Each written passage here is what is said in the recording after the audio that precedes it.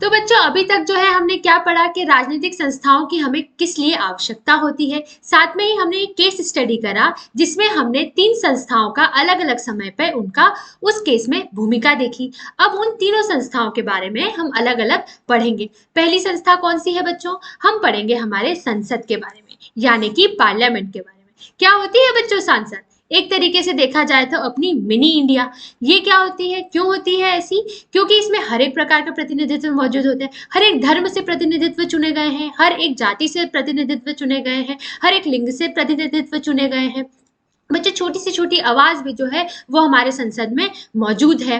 अब बच्चों ये जो मिनी इंडिया है वो क्या करता है? ये मिनी इंडिया जो है, ये बड़ा इंडिया जो बना है उसके लिए निर्णय लेता है, उसके लिए जो है काम करता है। अब बच्चों इस भाग में हम देखेंगे कि किन किन चीजों से मिल करके जो है संसद बनी हुई होती है, साथ में ये क्यों आवश्यक होती है और किस प्रकार से इसका जो है कार्य होता है, वो अब हम इस भाग में देखेंगे। तो चलिए इसको देखते हैं। बच्चों अब हम जो है एक वीडियो के माध्यम से देखेंगे कि हमारा संसद भवन यानी कि पार्लियामेंट किस प्रकार से दिखता है, जहां पर लोकसभा और राज्यसभा की मीटिंग्स होती हैं, जहां पर सदन लगती है। बच्चों तो कुछ इस प्रकार से हमारा सदन दिखता है, संसद दिखती है। इतनी भव्य और इतनी प्रभावशाली बिल्डिंग मुझे बहुत बहुत ही ज्यादा अच्छी लगती है देखने में। फिर बच्चों ये हमारा राज्यसभा होती है। यहाँ हमारे सभापति महोदय बैठते हैं जो मीटिंग को संबोधित, जो पूरे सदन को संबोधित करते हैं, जिसमें नियंत्रण रखते हैं। यहाँ पर जो है बच्चों सारे के सारे प्रतिनिधित्व बैठते हैं। ये बच्चों आजादी के समय की तस्वीर है। तो बच्चों जब चुनाव होते हैं हम हमारे प्रतिनिधित्व को चुनते हैं।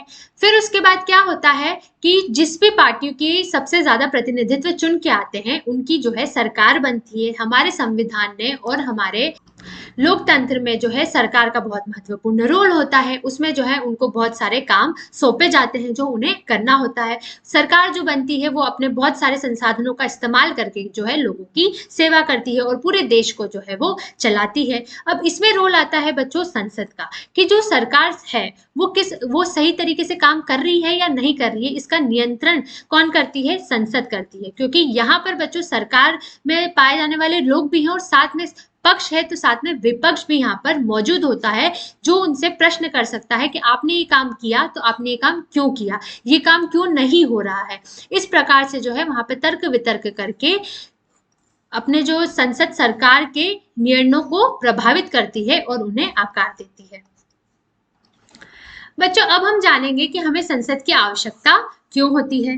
तो हमें क्यों होती है? क्योंकि देश में जितने भी कानून होते हैं बच्चों वो कहाँ बनते हैं? वो हमारे संसद में बनते हैं। किसी कानून को नया नया कानून बनाना हो या किसी पुराने कानून को खत्म करना हो या किसी कानून में जो है संशोधन यानी कि उसमें चेंजेस लाना हो, तो ये सारे काम कहाँ हो सकते हैं? ये सिर्फ और सिर्फ संसद में हो सकते हैं। संसद को ये अधिकार होता है। दूसरा कारण ये होता है इसकी आवश्यकता का कि ये सरकार चलाने वालों पर नियंत्रण रखता है। बच्चों जो सरकार चला रहे हैं, जो लोग सरकार, जो पार्टी सरकार चला रही है, ये उस पर नियंत्रण रखती है।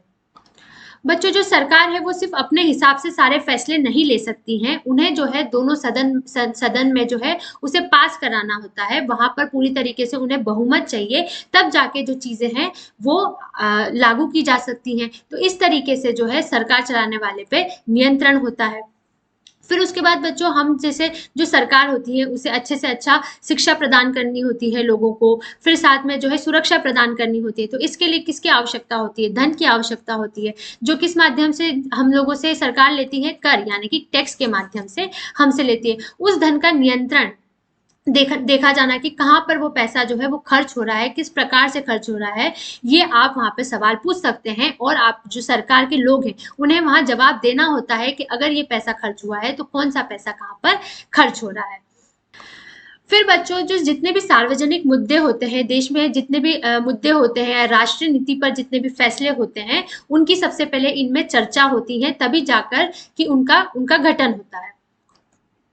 तो बच्चों हमने अब देखा कि किस प्रकार से हमें संसद की आवश्यकता होती है। क्यों होती है? ताकि जो हमारा देश में जितने भी कानून बनते हैं उनका अधिकार किसे दिया गया है? संसद को दिया गया है। जितने भी कानून है अगर उसे हमें खत्म करना है, कोई सा कानून, या हमें कोई सा कानून नया लाना है, या फिर हमें जो पुराने कानून है उनमें कुछ संशोधन करना है, चेंजेस लाना है, तो वो हम कब कर सकते हैं? हम संसद के माध्यम से उसे कर सकते हैं। साथ ही में सरकार चलाने वालों पर नियंत्रण रखता है कि सरकार जो है अपने हिसाब से सारी चीजें नहीं कर सकती हैं, उन्हें दोनों सदन का जो है वो बहुमत चाहिए, तभी जाकर कि वो कोई भी काम को अंजाम दे सकती हैं। साथ ही बच्चों, धन जितना भी एकत्रित हो रहा है कर के माध्यम से, सरकार के पास जितना भी धन आ रहा है उनको नियंत्रित करती है कि किस प्रकार से वो धन कहाँ जा रहा है। इस प्रकार से क्वेश्चन सदन में आप पूछ सकते हैं, पूछा जाता है कि कोई सा भी धन कब और कहाँ किस तरीके से इस्तेमाल किया जा रहा है। जितने भी मुद्दे होते हैं बच्चे, राष्ट्रीय या सार्वजनिक मुद्दे, उन पर चर्चा भी कहाँ पर होती है? संसद में होती है, जिसका लाइव टेलीकास्ट किया जाता है, लाइव प्रसारण किया जाता है,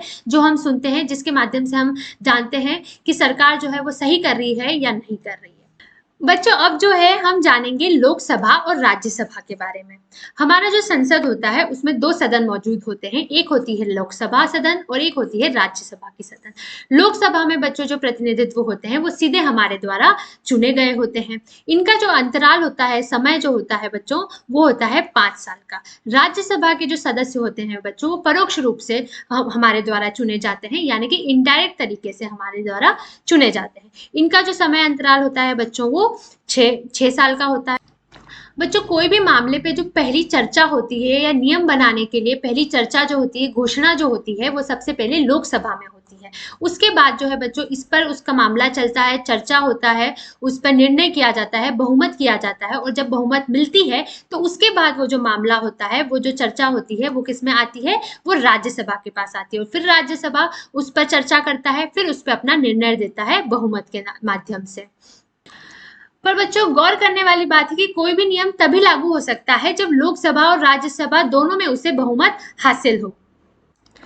बच्चों, राज्यसभा को कभी-कभी हम उच्च सदन भी कहा जाता है, और लोकसभा जो है उसे हम कभी-कभी निचला सदन भी कहते हैं। इसका कतई मतलब नहीं है कि जो राज्यसभा है वो ज्यादा प्रभावशाली है, ये सिर्फ नॉर्मल दिनचर्या की भाषा में बोलने वाले शब्दों का प्रयोग है। बच्चों, जहां पर भी अगर लोकसभा और राज्यसभा में किसी भी प्रकार का मतभेद होता है तो लोकसभा का जो विचार होता है वो ज्यादा प्रबल माना जाता है, जबकि कहने को राज्यसभा को हम क्या कहते हैं? उच्च, और लोकसभा को हम कहते हैं निचला सदन।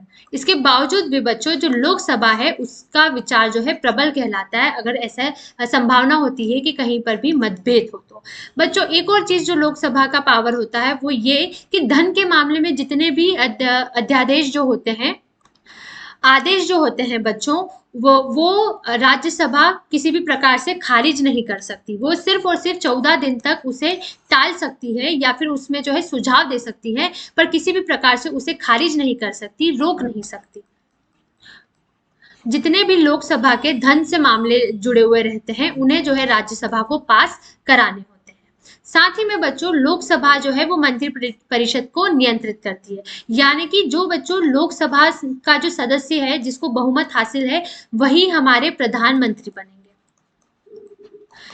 जो लोकसभा होती है बच्चों, वहां जिसकी मेजोरिटी होती है वही कौन बनते हैं? वही वहां पे जिनकी बहुमत होती है वही वहां पे प्रधानमंत्री बनते हैं। मंत्री परिषद को नियंत्रित कौन करता है? लोकसभा करता है।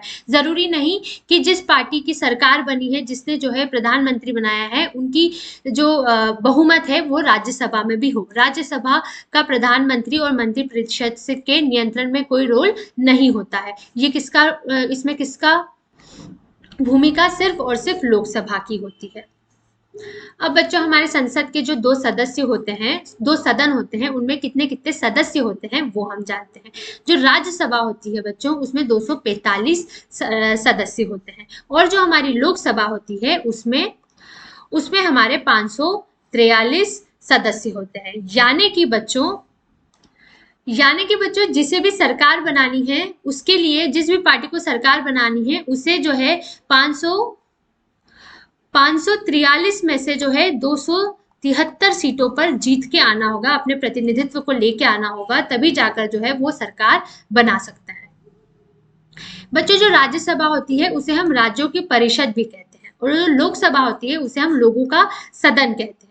लोगों का सदन क्यों कहते हैं बच्चों? क्योंकि ये हम डायरेक्टली इन्हें जो है सीधे तौर पर लोग जो है इन्हें वोट देते हैं, चुनाव करके इन प्रतिनिधित्व को चुनते हैं। राज्यसभा को बच्चों हम राज्यों की परिषद क्यों कहा जाता है?